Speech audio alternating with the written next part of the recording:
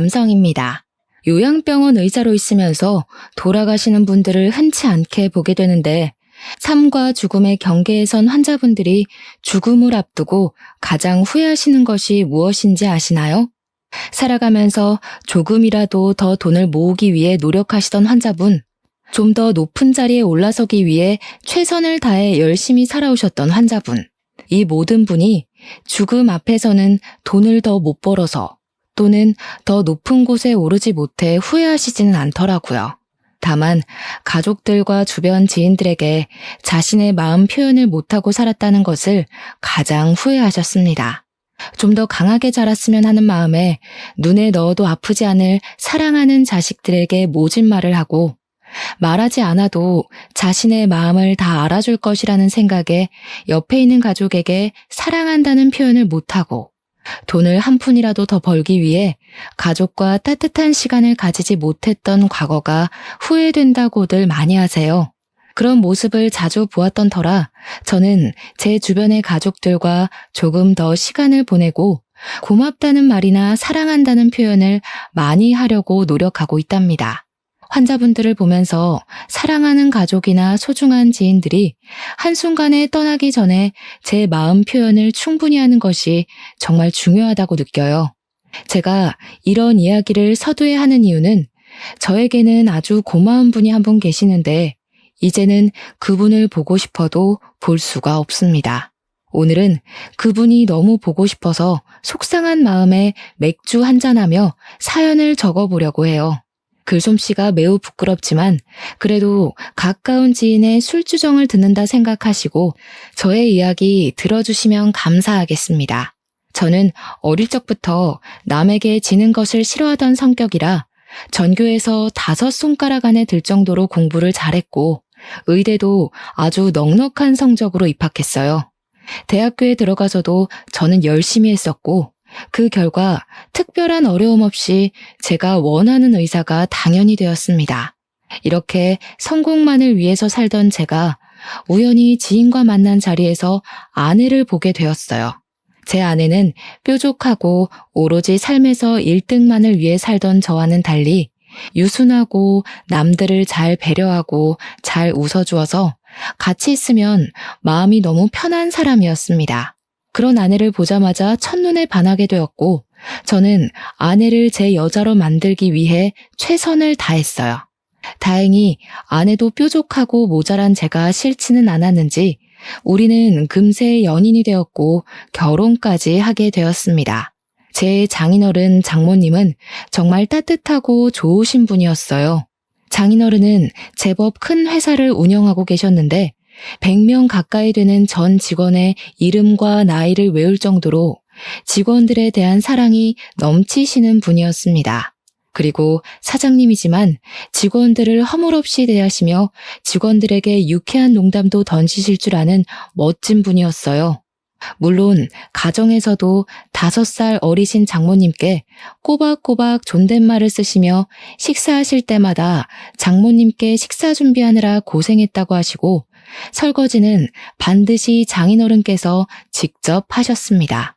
집의 가장이라고 절대 장인어른의 의견과 생각을 강요하시는 법도 없으셨고 무슨 일을 진행할 때도 항상 가족들 모두의 의견을 하나하나 다 물어보셨어요.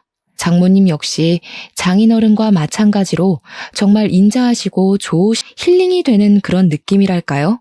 제가 생각하는 장모님은 지치고 바쁜 삶에 듬직하고 아낌없이 주는 나무 같은 분이셨습니다.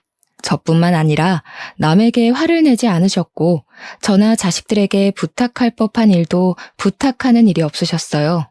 몸이 편찮으실 때도 의사 사위인 제가 있는데도 아무 말씀을 하지 않으셨길래 왜 말씀을 하지 않으시냐고 했더니 바깥일 하느라 바쁜 사람인데 괜히 이 늙은이가 시간 빼앗으면 안 된다고 하시던 분이십니다.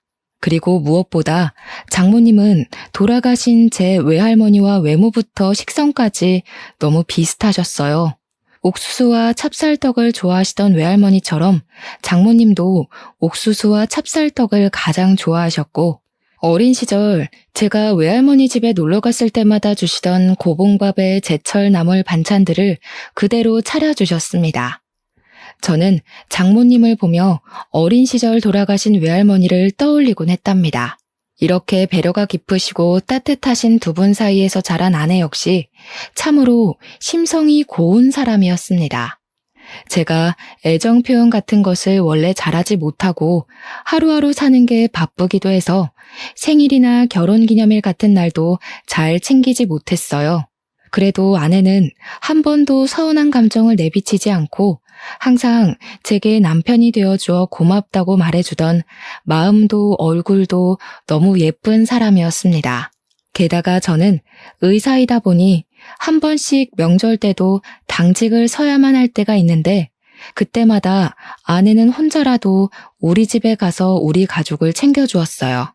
여자 혼자 시댁에 가는 것이 절대로 쉽지만은 않을 텐데 우리 부모님께도 너무 잘해주고 제가 병원 일에만 집중할 수 있도록 내조도 잘해주는 아내에게 항상 고마웠답니다. 이런 아내에게는 2살 어린 처제, 4살 어린 처남이 있었어요.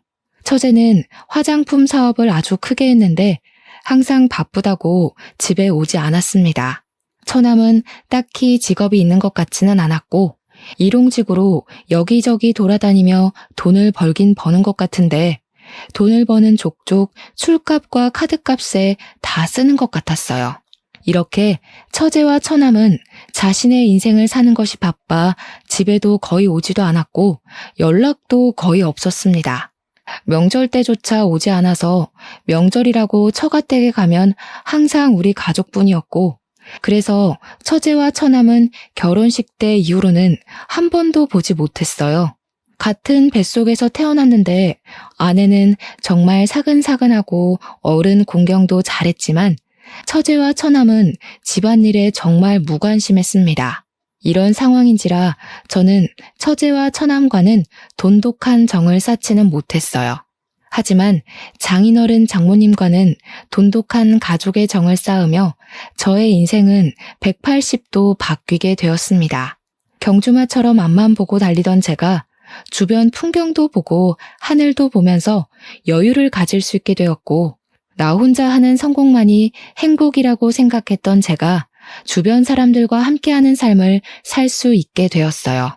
그리고 결혼 후 아이도 생겼답니다. 저는 아내 뱃속에 있는 아기에게는 제가 살았던 성공만을 위해 사는 삶이 아닌 하루하루를 즐기며 행복하게 사는 삶을 알려주리라 다짐했어요. 이렇게 하루하루를 즐기며 행복하게 살아가던 어느 날 평소처럼 병원에 출근했는데 아내한테 전화가 왔습니다. 장인어른이 교통사고로 현장에서 바로 돌아가셨다고요. 그때가 아내 임신 8개월이었습니다.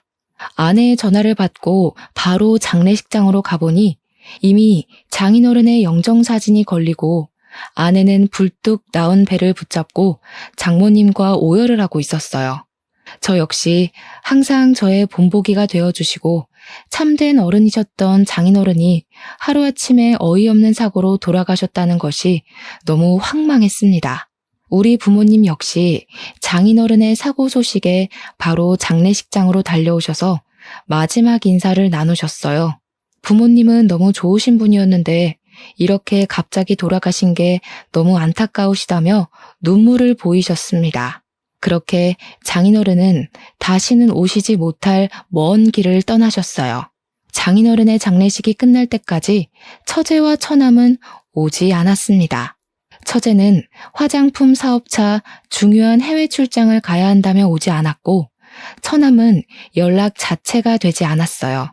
아내는 끝내 오지 않는 처제와 처남에게 원망의 말을 할 법도 하지만 이 와중에도 그 둘의 건강을 걱정했습니다. 다들 많이 예민해져서 부부싸움을 많이 한다던데 제 아내는 한 번도 저에게 짜증을 부리거나 화를 낸 적이 없었어요.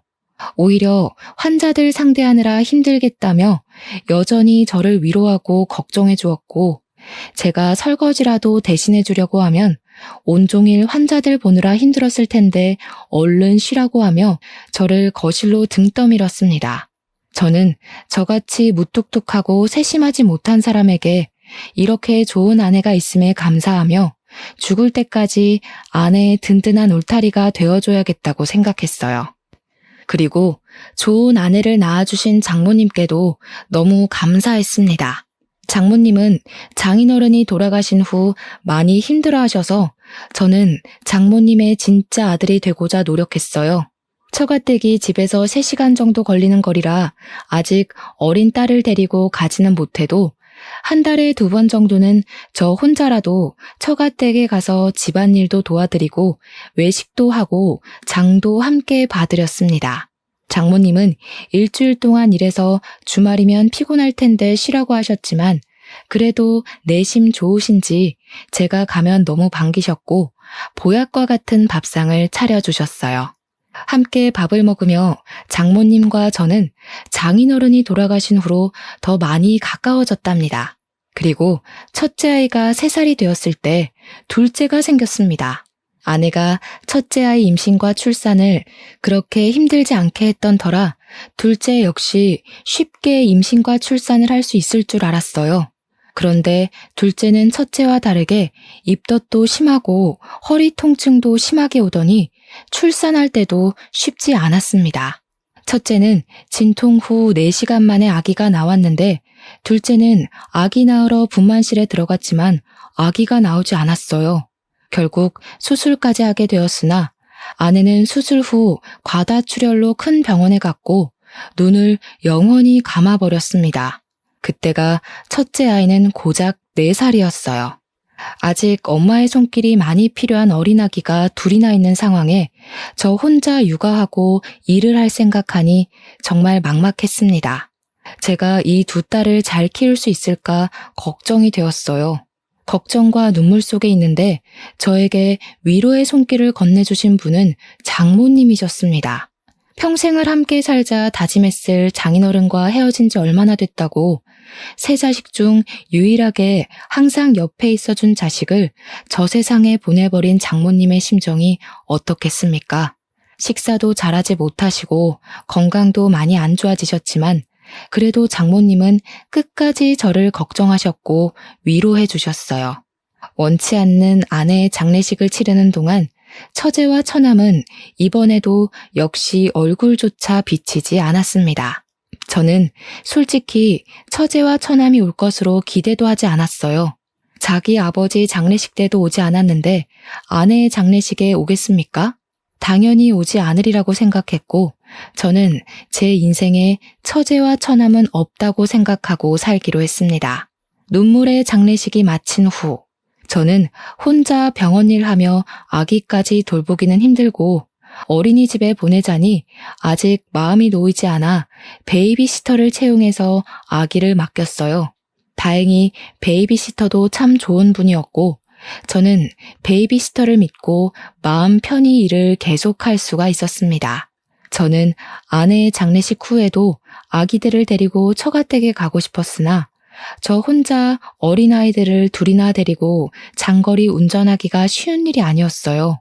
그래서 처가댁에는 가지는 못하고 대신 매일 퇴근 후 영상통화를 하며 아기들이 커가는 모습을 장모님께 보여드렸습니다. 이렇게 아내가 하늘나라에 가고 나서도 저는 장모님과 계속 연락을 주고받으며 장모님의 아들처럼 살아가고 있었어요. 시간이 흘러 어느덧 둘째 딸이 둘이 되었습니다.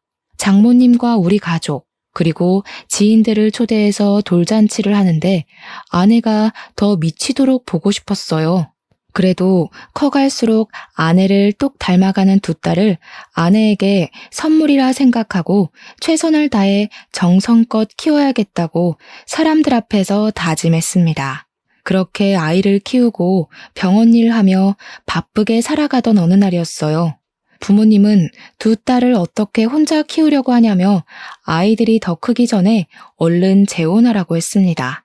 저는 제 아내의 장례식을 하며 아내가 제 인생의 마지막 여자라고 생각했고 절대 재혼하지 않으리라 다짐했었기에 부모님의 제안이 내키지 않았어요.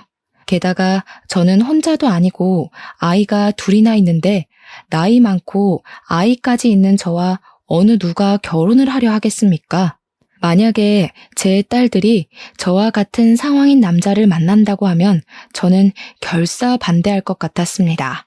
저는 이런 제 상황을 말씀드리며 싫다고 했지만 부모님은 혼자가 된 제 걱정에 선을 보러 가라고 하셨어요. 저는 끝까지 싫다고 버티다가 부모님이 선자리에 나가서 싫으면 앞으로는 절대 선보라고 말하지 않겠으니 제발 딱 한 번만 나가서 밥만 먹고 오라고 하셔서 어쩔 수 없이 선자리에 나갔습니다. 부모님께서 알려주신 레스토랑으로 갔는데 창가에 앉은 여성분을 보고 저는 정말 깜짝 놀랐어요. 웃는 모습이며 옷 입는 스타일까지 저의 전 아내와 너무 닮은 여성분이 앉아 계셨거든요. 심지어 이름도 전 아내의 이름인 이혜진과 비슷한 안혜정이었습니다. 저는 얼떨떨한 표정을 지으며 자리에 앉았어요. 앉아서 같이 식사를 하며 대화를 나누는데 말투며 식성까지 모두 아내와 판박이었습니다. 정말 전 아내가 다시 살아 돌아온 것 같았어요. 그 뒤로도 몇 번 만났는데 만나면 만날수록 성격이 참 좋아 보였고 제 딸들도 보여줬는데 너무 잘해주었습니다. 그리고 두 딸 역시 친엄마처럼 잘 따랐어요. 그 뒤로 몇 번 더 만나다가 우리는 결혼을 생각하고 서로의 집에 인사를 드리러 갔습니다.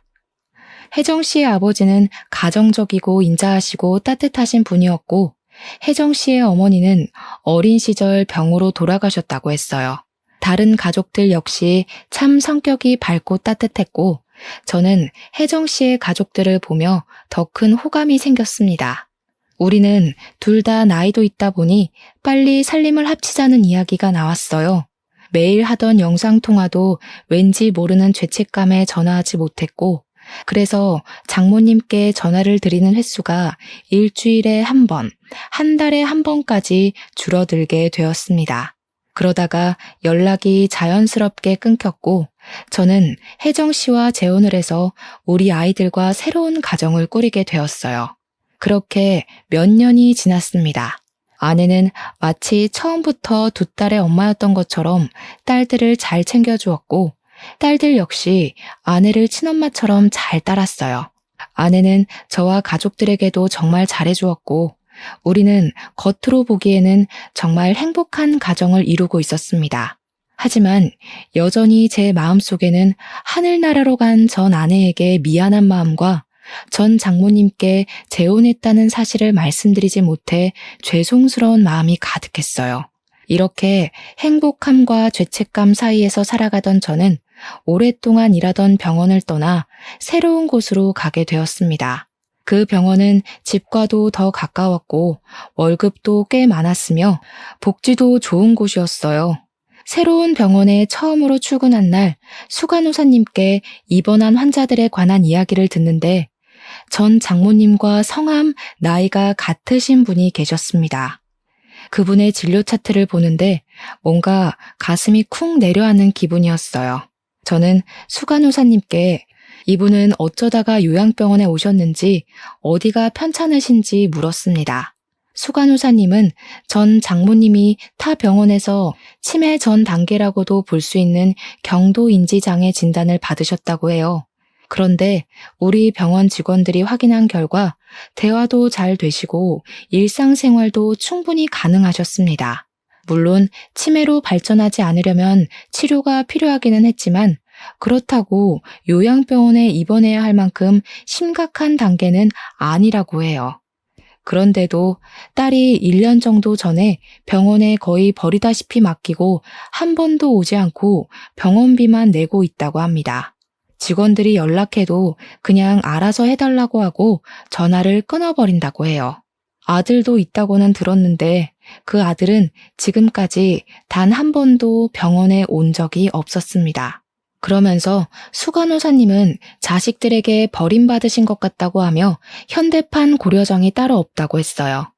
수간호사님의 말씀을 들은 옆에 다른 간호사들은 하나같이 입을 모아 병실에서 간병인들까지 다 챙겨주시고 간병인들 바쁘시면 옆자리에 계신 환자분들과 말동무도 해주셔서 병원에서는 천사 할머니라고 불린다고 했습니다.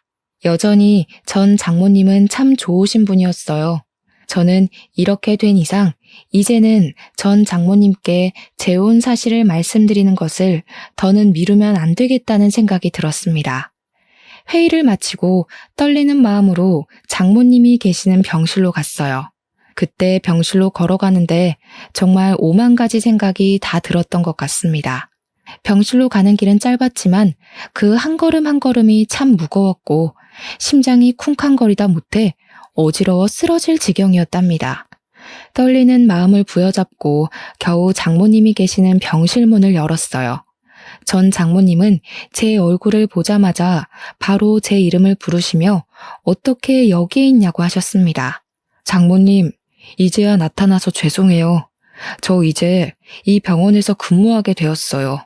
그동안 연락도 드리지 못하고 찾아뵙지 못해서 죄송합니다. 아유, 무슨 그런 소리를 해. 죄송하긴 뭐가 죄송해. 젊은 사람이 어린아이 둘이나 데리고 살려면 당연히 바쁘게 살아야지. 나는 그냥 야무진 우리 김서방이 잘 살고 있겠거니 했어. 그런데 요새 무슨 힘든 일 있어? 왜 이렇게 얼굴이 상했어? 내가 우리 김서방 밥 한번 해줘야 하는데 이 꼴이 되어버려서 못 해주겠네. 죄송해요, 장모님. 사실 저 재혼했어요. 혜진이랑 똑같이 너무 비슷한 여자 만나서 재혼했어요. 정말 죄송해요. 재혼했구나. 사실 연락이 없길래 재혼했겠거니 했어. 그래도 잘했네. 아이도 있는 젊은 남자가 당연히 재혼해야지. 왜 안 해? 그리고 이게 뭐가 죄송할 일이야? 그런 소리 하지 말게나. 아이들에게 엄마도 생기고 정말 잘 됐어. 내 딸 혜진이가 먼저 간 것은 안타깝지만 그래도 이 땅에서 산 사람은 삶을 이어나가야지. 안 그래? 그러니 나에게 죄송해하지도 말고 그저 아이들과 잘 살기만 하면 돼. 알았지? 저는 재혼한 사실을 정말 어렵게 털어놨지만 전 장모님은 제 손을 잡으며 너무 잘했다고 하시며 저를 탓하지 않으셨습니다. 이러한 전 장모님께 너무 감사했고 그동안 연락을 드리지 못해서 죄송한 마음에 눈물이 났어요. 저는 전 장모님을 껴안고 어린아이처럼 소리내어 엉엉 울었고 같은 병실을 쓰고 계시던 다른 할머니들과 간병인 분들도 저와 전 장모님의 모습을 보고는 다들 눈물을 흘리셨습니다. 이날 이후 병원의 간호사들과 직원들도 저와 전 장모님의 관계를 알게 되었어요. 그 뒤로 저는 수시로 전 장모님께 들려서 건강 상태도 확인하고 말벗이 되어드렸습니다. 그리고 주말에는 아이들도 병원에 오게 해서 아이들의 진짜 외할머니이자 전 장모님을 뵙게 했고 저의 아내도 보여드렸어요.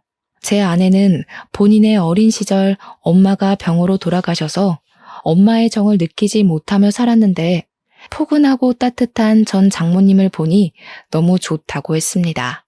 전 장모님 역시 어머니의 딸 혜진이와 쏙 빼닮은 제 아내를 보며 딸이 생각나 눈물이 난다며 눈물을 글썽이셨어요. 그 뒤로 저의 아내는 너무 고맙게도 전 장모님인 어머니를 수시로 찾아가 어머니의 말동무가 되어주었고 저는 그런 아내에게 너무 고마웠습니다. 전 장모님 역시 저를 볼 때마다 너무 좋은 여자 만났다며 아이들에게 좋은 엄마를 만들어줘서 고맙다고 하시며 딸이 하늘에서 아주 기뻐할 것 같다고 하셨어요. 전 장모님의 말씀을 들으며 혜진이는 지키지 못했지만 두 번째 아내는 반드시 평생 함께하며 지켜주리라 다짐했네요. 날씨가 좋은 어느 쉬는 날이었습니다. 주말이라면 당연히 가족들과 시간을 보냈겠지만 평일이라 아이들은 어린이집과 학교에 가고 아내도 개인적인 일이 있어서 저 혼자 시간을 보내게 되었어요.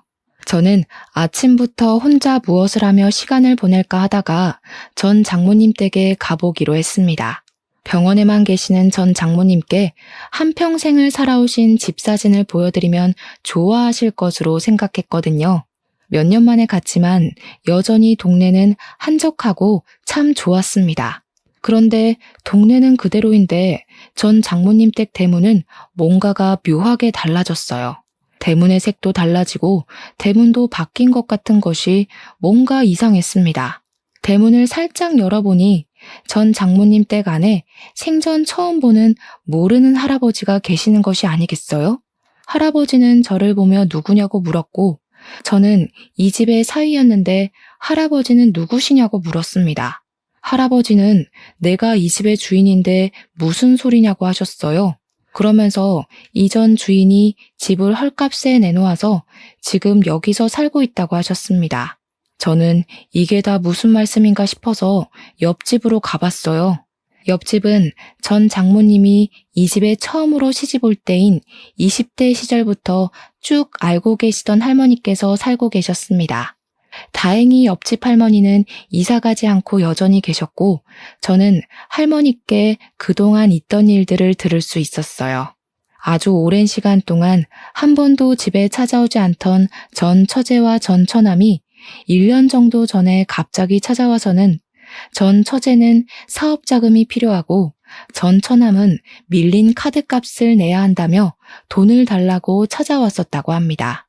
전 장모님은 여태껏 한 번도 오지 않더니 돈 달라고 오는 게 무슨 경우냐며 줄 돈 없다고 하셨지만 전 처제와 전 처남은 집 팔고 땅 팔고 돈을 내놓으라고 뒤집어 엎고 한바탕 난리를 쳤다고 해요. 얼마나 난리를 쳤던지 온 동네에 돈을 요구하는 막대 먹은 전 처제와 전 처남의 목소리가 다 들렸고 동네 사람들이 다 와서 말릴 정도였다고 합니다. 그런데 이렇게 횡포를 부리는 것이 하루 이틀이 아니었다고 해요. 처음에는 한 달에 한 번꼴로 오던 전 처제와 전 처남은 점점 돈이 궁해지자 매주 왔고 나중에는 아예 집에 눌러 살며 전 장모님을 그렇게 못살게 굴었다고 합니다. 결국 전 장모님은 동네 사람들에게 민폐라며 집과 땅을 다 팔아 그들에게 돈을 주었다고 해요. 이때 전 장모님이 자식들의 행패에 충격을 받으셔서 그런지 자꾸 깜빡깜빡 하셨고 그 모습을 보았던 전 처제가 병원 진료를 받게 했다고 합니다. 병원에서는 치매 초기 단계라고 진단을 했지만 20대 때부터 계속 봐왔던 옆집 할머니는 잠시 충격이 있어서 그랬지 평소 생활은 아주 멀쩡했다고 해요. 심지어 옆집 할머니보다 더 기억력도 좋으시고 멀쩡했는데 전 처제는 치매라고 하며 요양병원에 강제로 입원시켜버렸습니다. 그렇게 요양병원에 간 뒤로는 연락이 끊겨버렸대요. 제가 옆집 할머니께 제가 지금 근무하는 병원에 어머니가 계신다고 하자 그나마 잘 되었다고 하며 너무 착하고 여린 사람인데 말년에 고생한다고 안타까워 하셨습니다. 저는 옆집 할머니의 말씀을 듣고 너무 화가 나서 견딜 수가 없어서 바로 그 집에서 나와 전 처제와 전 처남에게 전화를 했어요. 평소에 연락처 관리를 거의 안 해서 아직도 저장되어 있었습니다. 전 처남은 전화를 받지 않았고 전 처제는 제 전화를 받더니 누구냐고 했어요. 처음에는 제 이름을 말해도 누군지 모르다가 제가 전 아내의 이름을 말하자 겨우 기억해내며 무슨 일로 전화했냐고 했습니다. 처제가 장모님 입원시킨 병원이 내가 근무하는 병원이야. 지금 장모님 댁에 와서 이야기 다 들었는데 진짜 기가 막히네. 어떻게 장모님의 땅과 집 다 팔아먹게 하고 그것도 모자라서 요양병원에 강제로 입원까지 시켜? 우리가 이러든 말든 형부가 무슨 상관인데요? 아, 이제 우리 언니도 죽었으니 형부도 아니지 뭐. 괜히 우리 집 미래 신경 쓰지 마시고 아저씨가 알아서 잘 먹고 잘 사세요. 언니가 죽었으면 이제 남남이나 다른 것이 없는데 왜 남의 집 미래에 감나라 배나라예요? 그렇게 우리 엄마가 안쓰러웠으면 이런 일이 있기 전에 연락이라도 하든가. 솔직히 아저씨도 우리 언니 죽고 나서 연락 끊었잖아요. 그러면서 인제 와서 웬 착한 척? 우리 엄마 재산 좀 받을 게 없나 했는데 우리가 다 가져가서 실망했나 봐요. 뭐라고? 너희가 그러고도 사람이야? 장인어른, 내 아내 장례식도 오지 않았을 때도 사람이 아닌 것은 알았지만 세상에 이 정도인 줄은 몰랐다. 너네 그렇게 살다가 천벌받아. 너희들이 과연 그 돈으로 잘 살 수 있을 것 같아? 저희가 어떻게 살든 말든 신경 쓰지 마시고요. 아저씨는 알아서 잘 사세요. 지금 재산 못 받아서 억울해서 화풀이 하시는 모양인데 정 그리 억울하시면 제가 제 몫에 약간은 떼어드릴게요. 생각해보시고 연락 주세요. 저는 사업차 바빠서 이만 끊습니다. 전 처제는 자신의 잘못이 뭔지 하나도 모른 채 아주 뻔뻔했습니다. 저는 전화를 끊은 후 바로 병원으로 달려갔어요. 늦은 밤이 돼서야 병원에 도착했는데 전 장모님은 창밖을 바라보시며 눈물을 훔치고 계셨습니다. 눈물을 흘리시는 모습을 보며 저는 제가 전 장모님을 모셔야겠다고 다짐했어요. 다행히 제 아내도 제 생각에 동의해 주었고 저보다 더 전 처제와 전 처남의 행동에 분노하며 자신도 같이 어머니로 모시겠다고 했습니다. 그 뒤로 저와 제 아내는 최선을 다해 전 장모님을 모셨어요. 그러나 전 장모님은 믿었던 큰딸은 저 세상으로 이미 갔고 남은 두 자녀에게는 버려졌다는 생각에 우울해하시고 힘들어하셨습니다. 게다가 전 처제는 제가 전 장모님이 계시는 병원에서 의사로 근무하고 있다는 사실을 알고 난 후로 병원비도 내지 않았어요. 저는 전 장모님을 그냥 보고만 있을 수 없어서 병원비를 제가 다 지급했습니다. 저와 아내가 최선을 다해 전 장모님을 모셨지만 전 장모님은 점점 상태가 안 좋아지셨어요.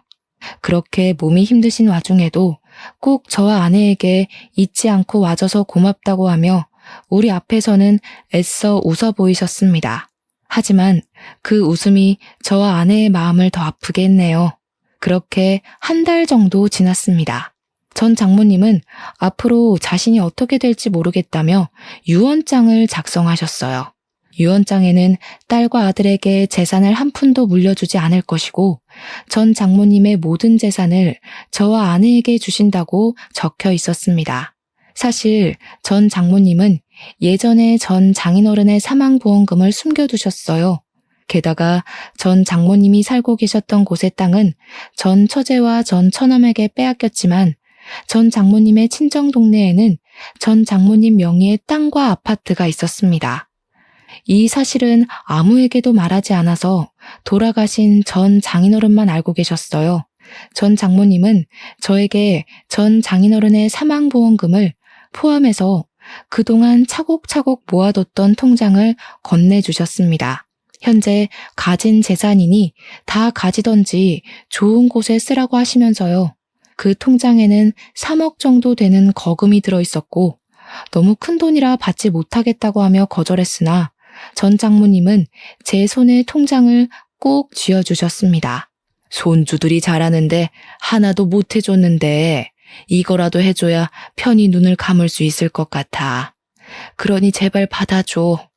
그동안 자식이라고는 둘 있는데 그 둘 다 나를 뜯어먹을 생각만 하는 거 자네도 잘 알지? 그놈들에게는 괘씸해서 내 재산 한 푼도 못 남겨주겠어. 그러니 자네가 이 재산들을 받아줘. 그래도 이렇게나 큰 돈을 제가 다 받을 수는 없어요. 제가 뭘 잘했다고 이렇게 큰 아무 말 말고 이 통장 받아줘. 이 통장에 있는 돈은 손녀딸들 앞으로 대학 가고 시집 가는데 아주 뜻깊게 보태주길 바라네. 그리고 내가 부탁이 하나 있는데 사실 내가 유언장을 썼는데 공증을 받고 싶어. 조금 도와줄 수 있겠어? 전 장모님은 저에게 유언장을 보여주셨습니다. 유언장에는 딸과 아들에게 재산을 한 푼도 물려주지 않을 것이고 저와 제 아내에게 전 장모님의 친정 동네에 있는 전 장모님 명의의 땅과 아파트를 증여할 것이라고 적혀 있었어요. 저는 자식도 아닌 제가 전 장모님의 재산을 받은 것도 너무 과분하고 죄송스러운데 저와 제 아내에게 땅과 아파트까지 증여한다는 유언장을 보고 이건 아니라고 손사래를 쳤습니다. 내가 자식 농사를 잘못 지어서 혜진이는 잘못되고 두 놈은 아예 연을 끊고 살려고 하는데 내 재산을 어떻게 그들에게 넘겨. 내 자식은 오로지 혜진이 그리고 자네와 자네 가족뿐이네. 그러니 그냥 어머니 아니지 할머니가 주신 재산이라 생각하고 그냥 받아주게. 이 늙은이의 마지막 부탁이네. 전 장모님은 끝내 저와 아내에게 땅과 아파트까지 증여하시겠다는 유언장까지 넘겨주셨습니다. 저는 전 장모님의 끝없는 사랑에 몸둘 바를 몰랐고 전 장모님의 부탁으로 유언장 공증까지 받았어요. 그리고 며칠이 지났습니다. 저는 평소처럼 병원에서 근무하고 있는데 전 장모님이 화가 잔뜩 나서 어딘가로 전화하고 계셨어요. 무슨 일인가 하고 보니 요양병원에 버리다시피 하고 금전적인 상황이 되는데도 병원비조차 부담하려 하지 않던 전 처제가 뜬금없이 전화해서는 전 장인어른의 사망보험금을 달라고 했다는 것입니다. 뻔뻔스러운 전 처제의 요구에 전 장모님은 화가 엄청나셔서 자신의 모든 재산은 다 저에게 줄 것이라고 유언장까지 작성했다고 하며 화를 내시고 계셨어요. 전 장모님의 담당 의사인 저는 너무 화를 내시는 건 전 장모님의 건강이 걱정되어서 일단 전화를 끊으시라고 한 후 안정을 취할 수 있도록 도와드렸습니다. 전 장모님은 제 앞에서 눈물을 흘리시며 도대체 어쩌다가 자식들이 이 모양이 됐는지 모르겠다며 너무 부끄럽다고 하셨어요. 저는 전 장모님께 뭐라 드릴 말씀이 없어서 그저 손만 잡아드리며 감정이 진정되기를 기다렸네요. 그리고 다음 날이 되었습니다. 평소처럼 병원에 출근하며 전 장모님을 뵈러 갔는데 평소에는 차분하시던 전 장모님이 저를 보자마자 유언장이 사라졌다고 하시며 큰일 났다고 하셨어요. 혹시나 하는 마음에 CCTV를 확인해 보니 전 장모님이 저녁에 산책을 가신 사이에 전 처제와 전 처남이 유언장을 훔쳐갔더라고요.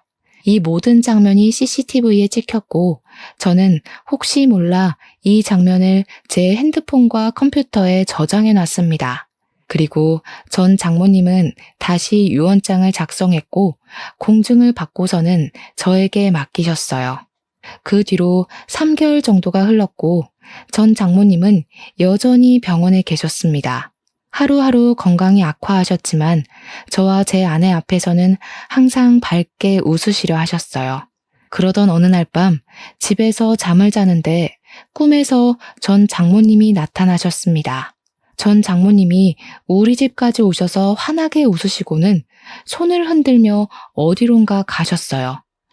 뭔가 느낌이 이상해서 눈을 뜨자마자 바로 병원으로 달려갔습니다. 전 장모님의 병실에 가보니 당직 의사가 전 장모님께 CPR을 하고 있었고 제가 도착했을 때 이미 전 장모님의 심장은 뛰지 않고 있었어요. 결국 이렇게 전 장모님도 가족들의 품으로 가셨고 제 아내가 빈소를 마련했습니다. 전 처제와 전 처남에게도 연락을 했지만 끝내 장례식장에 나타나지 않았어요. 장례식이 마친 후 다시 요양병원에 출근했는데 전 처제와 전 처남이 제가 일하는 병원으로 나타났습니다. 전 장모님 앞으로 땅과 아파트가 있던 것을 알고 있다며 자신들이 친자식이니 달라고 난리를 쳤어요. 내가 당신들에게 돈을 줄 것 같아? 장모님이 너네 둘한테 유산 한 푼도 안 남긴다고 유언장까지 남기셨어. 그런데 내가 어떻게 당신들에게 돈을 넘겨줘? 장례식장에도 안 오고 장모님이 어떻게 되시든 말든 신경도 안 썼던 주제에 어디서 인제 와서 뭘 잘했다고 돈 달라고 큰 소리야? 네가 뭔데 우리 집 재산을 가져가? 너 착한 우리 엄마 깨어서 우리 집 재산 꿀꺽하려는 거지? 이 사기꾼. 넌 내가 가만 안 둬. 장모님이 착하고 좋으신 분인 것을 아는 사람이 살아계실 때 한 번도 안 나타났냐? 자식이 자식다워야 재산도 물려주지. 장모님이 그러더라. 너네한테 절대 돈 한 푼도 빼앗기지 말라고.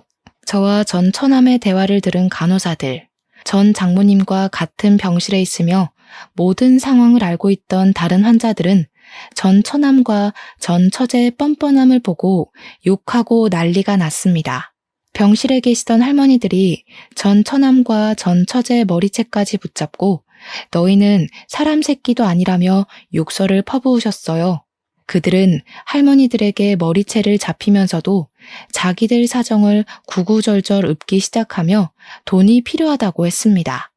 전 처제는 그리 잘 나가던 화장품 사업이 쫄딱 망해 급전이 필요한 상황이었고 전 처남은 사채로 쫓겨다니는 중이라 돈이 필요하다고 제발 살려달라고 하며 돈을 달라고 했어요. 그들의 사정이 딱한 건 알겠으나 안타까운 마음은 하나도 없었고 나가라고 해도 나갈 생각이 없길래 경찰에 신고해서 쫓아냈습니다.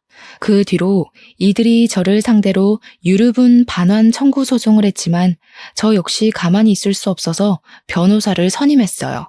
무엇보다 이전에 전 장모님의 유언장까지 없애려고 한 것이 괘씸했습니다. 소송 결과 유언장을 가져갔던 것이 상속 결격 사유에 포함되어 그들의 소송은 기각되고 저는 전 장모님의 재산을 지킬 수 있었어요. 이렇게 지킨 전 장모님의 유산은 절반은 우리 아이들의 미래를 위해 쓰고 남은 절반은 전 장모님의 이름으로 독거 노인들을 위해 기부할 예정입니다. 이 모든 일이 있고 난 뒤에 전 처제의 이야기를 우연히 들을 수 있었어요. 전 처제는 사업을 키우며 일하느라 가족들도 무시하고 바쁘게 살았지만 결국 사업이 망해 직원들에게 입금을 주지 못하고 이런저런 복잡한 사정으로 사기죄에 횡령죄까지 추가되어 결국 많은 채무를 떠안고 감옥에 갔다고 합니다. 전 처남은 사채로 쫓겨다니며 산다고 들었는데 어디서 살았는지 죽었는지도 몰랐어요. 그러다가 2달 정도 전에 술 약속이 있어서 집 근처 번화가의 지하철역 근처에 갔는데 거기에 아주 낯익은 사람이 길바닥에 앉아 돈을 구걸하고 있었습니다. 자세히 보니 전 처남이더라고요. 제가 10,000원짜리를 주었더니 전 처남이 제 앞에 무릎을 꿇으며 감사하다고 하고 저를 올려다 보았습니다. 전 처남은 저를 빤히 보더니 이내 눈빛이 변하고 고개를 획 숙였어요. 부모 형제 다 저버리고 돈 욕심만 내더니 결국 이렇게 노숙자가 됐네. 꼴이 이게 뭐야? 그러니까 평소에 잘 좀 살았어야지. 부모님이 살아계실 때 한 번이라도 더 찾아뵙지 그랬니? 지금부터라도 열심히 살아봐. 뭐 남들처럼은 못 살아도 이런 거지 꼴은 면할지도 모르잖아. 전 처남은 제 말에 고개를 푹 숙이더니 엉엉 울었습니다. 저는 눈물을 흘리며 우는 전 처남을 뒤로하고 제 갈 길을 갔고 그 뒤로는 번화가 그 어디에도 보이지 않더라고요. 어제는 가족들과 함께 전 장인어른, 전 장모님, 그리고 전 아내가 모두 다 함께 있는 납골 땅에 다녀왔습니다.